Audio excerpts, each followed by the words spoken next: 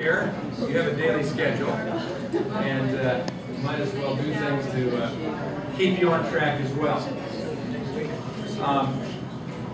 Appreciate the fact you've taken time to come out in the middle of the afternoon.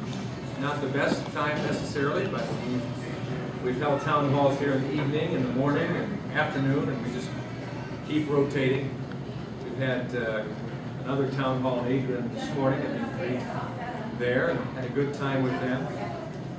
And what I want this time to be is an opportunity to bring you up to date a little bit on what's going on in the campaign, to tell you the basic tenets of where I'm at. I think a lot of you remember when I was in Congress that I was certainly along the conservative side of the ledger.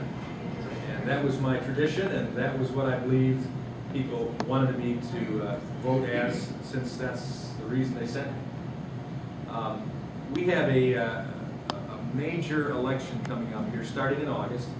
August 3rd is the primary. That's what kind of establishes the framework for who's going to be there in the general election in November, and the massive change that I would recommend taking place starting in November.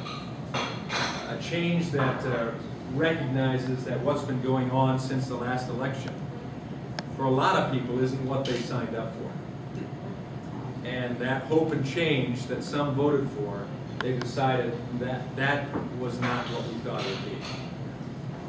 Others who felt that it wasn't worth getting out to the polls, John McCain left the state of Michigan, announced it, told us that the manufacturing would never return, so get over it. Various other things, why go to the polls? And there are guys like me, they're saying, well, wait a second, there's some of the rest of us there. Don't forget that. And yet, the elections turned out the way they were. That's America. That's what happens. We get up the next day, generally the sun comes up, somewhere out in the clear and other places behind the clouds, but nonetheless, and we move forward. And in America, we have an opportunity to have dissent, we have an opportunity to have passionate debate, and that's a good thing. That's how it ought to be. We have an opportunity to make mistakes, and we have an opportunity to right those mistakes, depending on what your perspective is. So after that loss and picking myself up and letting my wife wipe the tears away and whatever else, we ultimately decided that, you know what, with the record we've had, with the opportunity, the privilege of serving this district in Congress, and prior to that, serving a portion of the district in the state legislature through tough times and into good times, who else would be better to go back and fight for America's values than us? Well, we had to answer that by looking around and seeing who might run. And ultimately we decided that there wasn't anybody. To this day, there is nobody running for this seat in the primary, and certainly not in the general, that is a proven principled conservative, that has a record, that's not a pig in a poke, that hasn't been tried and proven on the issues. And I say that as a matter of fact.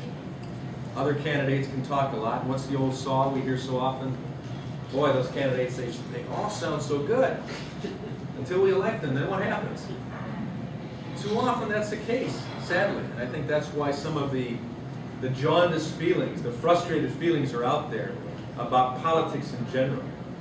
That a person who candidates and says, I will stand on these issues, and ultimately walks away from those issues, all of a sudden you say, who can be trusted? Well, I would hope that that would never be the case with your trust placed in me.